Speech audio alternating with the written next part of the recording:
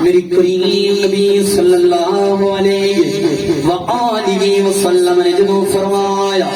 اے میری غلام جا چلا جا گھر دے اندر تیری پٹھنی ماں بیٹھی ہوئے گی او دے پیر والے پاسے بیٹھ جاویں تے ماں دے قدماں نو چوم لویں تیری قسم جانے میں جانا صحابی رسول نے اے سنیا ہے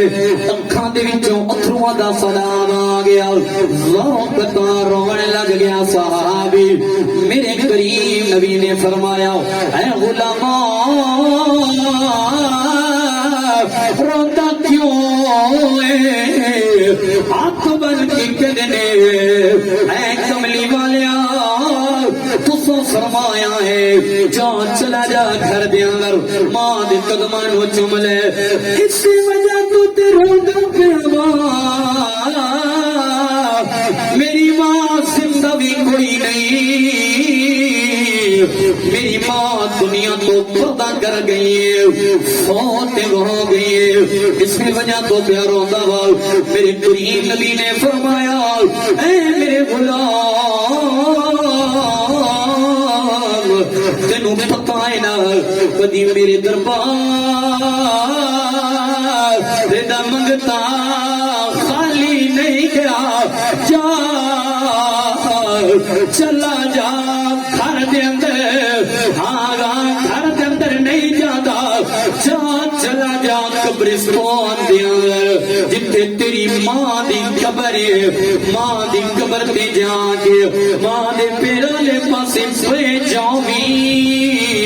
ماں دے قدماں نو چوم لویں تیری قسم جانے میں جانا جدوں اے گل نبیاں دے امام نے کیتی ہے صحابی دے اکھاں وچوں اتھرواں دا سیلاب ہو گیا میرے نبی نے فرمایا غلاما روتا کیوں ہے آقا تساں پہلے فرمایا ہے جا چلا جا گھر دے اندر آقا میری ماں دا وصال ہو گیا ہے اس کی وجہ تو رونے لگ گیا ہن تسی فرما رہے ہو جا چلا جا قبرستان وچ جا کے ماں دے قدماں نو چوم لے آقا اس کی وجہ تو روندا پیا مینوں ماں دی قبر دا بھی پتہ کوئی نہیں میری ماں جڑی جگہ تے دفنے تے انہاں نوں ہی پتہ ہے نا جنہاں دے والدین دنیا تو چلے گئے نے اے بیٹھے نے قبلہ قاری نور احمد صاحب بیٹھے نے اے بیٹھے نے حافظ اکبر صاحب دیگر جناب بیٹھے نے او جنہاں دی اولاد چلی جائے یا جنہاں دی ماواں باپ چلے جائے تے انہاں نوں ہی پتہ گا ہے میرے کریم نبی نے فرمایا